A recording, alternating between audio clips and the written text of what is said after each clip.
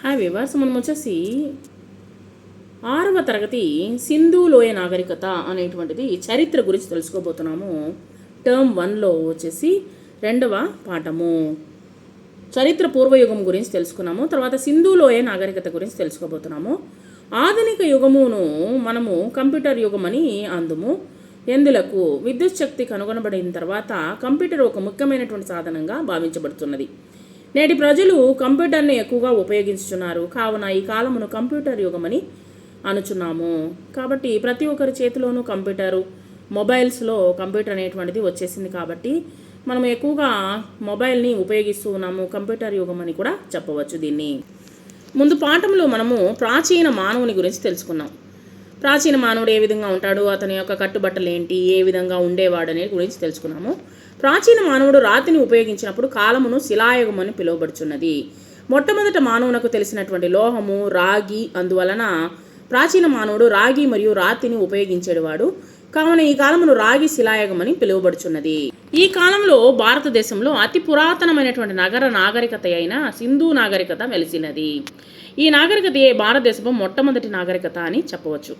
హరప్పా నాగరికత ఆంగ్లేయుల పరిపాలనా కాలంలో 1856 సంవత్సరంన పంజాబ్ రాష్ట్రంలోని సింధు నది యొక్క ఉపనది అయినటువంటి రావి నది తీరమున రైలు మార్గమును నిర్మించు సమయమున ఒక మట్టి దిబ్బను కనుగొన్నప్పుడు దానిలో నాణ్యమైనటువంటి కాల్చినటువంటి ఇటుకలు మరియు కట్టడ శిథిలములు లభించినాయి. ఈ శిథిలములలో దొరికినటువంటి చూడండి ఈ విధంగా కట్టడం అనేటువంటిది వెలువడింది. రాళ్లను ఉపయోగించి వీరు రైలు మార్గమును నిర్మించిరి. ఈ విధముగా కట్టడముల గోడల్లోని ఇటుకల నుంచి ఉపయోగించిన తర్వాత 1921 సంవత్సరంలో పురావస్తు శాస్త్రజ్ఞులు ఇదే ప్రాంతంలో త్రవ్వకాలు జరిపి ఇది భారతదేశంలో పురాతన నాగరికత అని కనుగొన్నారు. పాతదైనటువంటి నాగరికత అని కనుగొన్నారు. సింధీ భాషలో హరప్పా అను పదమునకు పూడిపోయిన నగరము అని అర్థం అనమాట. సరే, మనం ఏంటబ్బా సింధీ భాషలో వచ్చేసి హరప్పా అనేటువంటి పదానికి ఏంటి అర్థము అంటే పూడిపోయినటువంటి, అంటే భూమి లోపల పాతుకుపోయినటువంటి నగరము అని అర్థం అనమాట. సింధులోయ పరిశ్రమల్లో కనుగొనబడినటువంటి నాగరికతలన్నీ హరప్పా నాగరికతకు చెందినవి భావించబడుచున్నవి. ఈ నాగరికత 4700 సంవత్సరములకు మునుపే భారతదేశంలో వెలిసినట్లుగా తెలుస్తుంది. ఈ విధమైనటువంటి నగర శిథిలాలు మొహంజదారో, చాన్హోదర్, కాలిబంగన్, లోదాల్ అనేటువంటి ప్రాంతాల్లో కూడా కనిపెట్టబడినవి. అది కాకుండా గొప్ప స్నాన వాటికను కూడా కనుగొన్నారు. సింధు నాగరికత కాలంలో గల కోట ప్రాంతంలో గొప్ప స్నానవాటికలు ఉండెను. స్నానవాటికలు అంటే స్విమ్మింగ్ పూల్స్ ఉండేవన్నమాట. వీటిని కాల్చిన ఇటుకలతోనే నిర్మించారు. ఇక్కడ చూడండి, ఇటు సైడ్ వచ్చేసి మొహంజదారో, హరప్పా, సింధు నది ఇవన్నీ వచ్చేసి పూర్వం వచ్చేసి వెలువడినటువంటి అనేటువంటి శిథిలాలు. నీరు కారకుండా ఉండుటకై మైనము పోయబడినటువంటి ఇటుకలను ఉపయోగించి నిర్మించి ఉండుట ఆశ్చర్యము గొలుపుచున్నది. మైనము వచ్చేసి నునుపు పదార్థంగా ఉంటుంది. ఆ మైనాన్ని ఉపయోగించి ఇటుకల పైన పోసినారనమాట. పోయడం వల్ల ఏమవుతుంది, నీరు వచ్చేసి ఇంకిపోదనమాట. ఇంకిపోకుండా అలాగే ఉంటుంది. ఈ స్నానవాటికకు ఇరువ ప్రక్కల మెట్లు ఉండెను. దీనికి 4 పక్కల దుస్తులను మార్చుకున్నటకు గదులు కూడా ఉన్నవి. ఈ స్నానవాటికలు బావి నీటిచే నింపబడెను. ఈ స్నానవాటికలు కూడా వచ్చేసి బావి నీళ్లు నింపబడ్డాయి.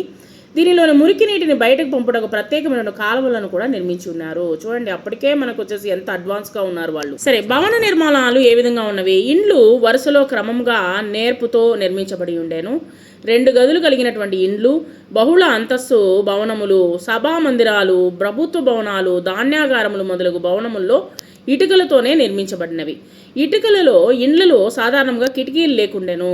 ప్రతి ఇంటికి బావి మరియు స్నానపు గది ఉన్నట్లుగా తెలియచున్నది. ఈ యొక్క నాగరికతలో వెలువడిందనమాట. ప్రతి ఇంటి ముందు చెత్త కుండి అమరిక కూడా ఉన్నట్లు తెలియచున్నది. చెత్తను వచ్చేసి వాళ్ళ ఇంటి ముందే దాన్ని వచ్చేసి అమెరికా అనేటువంటిది ఉపయోగించుకునే వాళ్ళు అనమాట. నగర ప్రణాళిక సింధులోయ ప్రాంతంలో గల నగరములు చాలా నేర్పుతో నిర్మించబడినవి. ఈ నగరం యొక్క ఉత్తర భాగమున పొడవుగాను మరియు ఇరుకుగా ఉండేను. ఈ కట్టడములు నగరముల రక్షణ కొరకు నిర్మాణం చేయబడినట్లు భావించబడుచున్నవి. ఈ నగరం యొక్క తూర్పు భాగము విశాలముగాను మరియు పల్లముగా ఉన్నాను. ఈ నిర్మాణముల ద్వారా మనకు అనేక విషయాలు తెలుసుకున్నాము. అంటే ఏంటి, మొహంజదారాలో అనగా సింధీ భాషలో మృతుల దిబ్బ అని అర్థం అనమాట. నగర నిర్మాణ నిపుణులచే చర్చించబడినటువంటి పిదపనే ఈ నగరములు నిర్మించబడినవి. నగర పరిపాలన కొరకు కార్యనిర్వాహక వర్గము కూడా ఉండవచ్చు. తర్వాత వచ్చేసి విశాలమైనటువంటి వీధులకి ఇరువైపులా 2 ఇండ్లు క్రమబద్ధంగా నిర్మించబడి ఉండాను. ఇండ్ల పైకప్పులు చదరముగాను అనేక అంతస్తులుగాను ఉండెను. పరిపాలనా విధానం ఏ విధంగా ఉండవచ్చు? మురికినీటి పారుదల విధానము, సమావేశ మందిరము, గొప్ప స్నానవాటిక, వీధి దీపములు మరియు చెత్తగుండి మొదలైనవి సింధు ప్రజల క్రమబద్ధమైనటువంటి నగర పాలనా విధానానికి గురించి తెలియచున్నవి. వీళ్ళు అప్పటికే నగరాన్ని నిర్మించి ఆ యొక్క పరిపాలన అనేటువంటిది చేసినారు అని మనకు తెలియచున్నది. సరే, మురికినీటి కాలువ నిర్మాణాలు ఏ విధంగా జరిగేవి? ఇంటి నుండి వెలువడేటువంటి మురికి నీరు మూతలు వేయబడి ఉన్న చిన్న కాలువల గుండా వెలుపలి వీధుల్లోకి పెద్ద మురికి నీటి కాలువలోకి చేరునట్లుగా తయారు చేస్తున్నారు.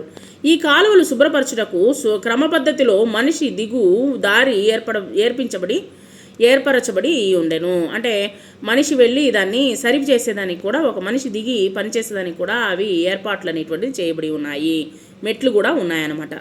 సరే, అప్పటి కాలంలో వాస్తు ఏ విధంగా ఉండేను, విజ్ఞానం ఏ విధంగా ఉండేదో చూద్దాము. సాంకేతిక విజ్ఞాన పద్ధతిలో నిర్మాణ పనులు, గృహ నిర్మాణానికి స్థలమును ఎన్నుకొని విధానము, స్థలమును కొలతలు చేయు విధానము, పద్ధతులు, పునాది వేయుట, కట్టడ నిర్మాణ వస్తువులను ఎన్నుకొని విధానము, రేఖాచిత్రములు మొదలైనవి వాడుకలో ఉండెను. రేఖాచిత్రములు అంటే ఒక బిల్డింగ్ కట్టాలి అంటే దానికి వచ్చేసి మనము ప్లాన్ అనేటువంటి వేసుకోవాలన్నమాట. ఆ విధంగా ప్లాన్లు కూడా మనము చూడగలుగుతున్నాం అన్నమాట. చూడండి, మురికి నీటి కాలువ విధానము మొహంజదారోలో ఏ విధంగా ఉందో చూడండి. పురావస్తు ఆధారముల ఫలితముగా మనము ప్రాచీన మానవుని ఆలోచనలను గురించి తెలుసుకొనుచున్నాము. ఇంకనూ పలు నైపుణ్యములను గురించి మనము చెప్పవచ్చును. మీ అభిప్రాయాలను రాయండి అని ఇచ్చున్నారు. సింధు నాగరికత కాలంలోని గొప్ప స్నానవాటికకు తమిళనాడులో గల దేవాలయములోని కోనేటికి మధ్య గల పోలికలు మరియు భేదములు కొన్నింటిని వ్రాయము. కోనేటిని నింపుటకు వారు ఎటువంటి యంత్రాలని ఉపయోగించి ఉండవచ్చును. సరే, ప్రజల జీవన విధానం ఏ విధంగా ఉండేది?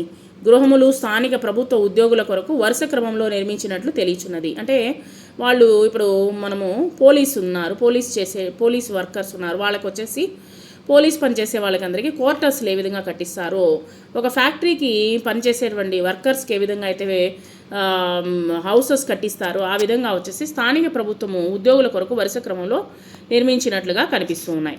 అనేక మంది ప్రజలు సముద్ర మార్గమున గుండా వ్యాపారమును కొనసాగించి లోహములు, విలువైనటువంటి రాళ్ళు, ఆభరణాలు మరియు అనేక ఉపయోగకరమైనటువంటి వస్తువులను కూడా ఎగుమతి దిగుమతులు చేయుచున్నారు అనేది కూడా మనకు అర్థమవుతుంది.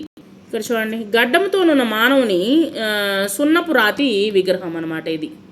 తర్వాత ఎద్దుల బండి నడుపుతున్న మనిషి, తర్వాత నాట్యం చేయుచున్న స్త్రీ, తర్వాత భగవంతుడైనటువంటి పశుపతిని కొల్చేవారు అనేటువంటి పశుపతి అనేటువంటిది ఇవ్వడం జరిగింది చూడండి బొమ్మ. తర్వాత ఈ విధంగా ఉండేదన్నమాట వారి యొక్క నాగరికతలో వెలువడినటువంటి ఈ యొక్క శిథిలాలు. హరప్పా తర్వకముల్లోనే బయలుపడినటువంటి పగిలినటువంటి మట్టి పాత్రలు చూడండి. చక్రములు ఉపయోగించి కూడా తయారు చేసిన మట్టి పాత్రలపై రంగులు చిత్రీకరించబడిన చిత్రాలు కూడా ఉన్నాయి చూడండి. డిజైన్స్ కూడా వేస్తున్నారనమాట.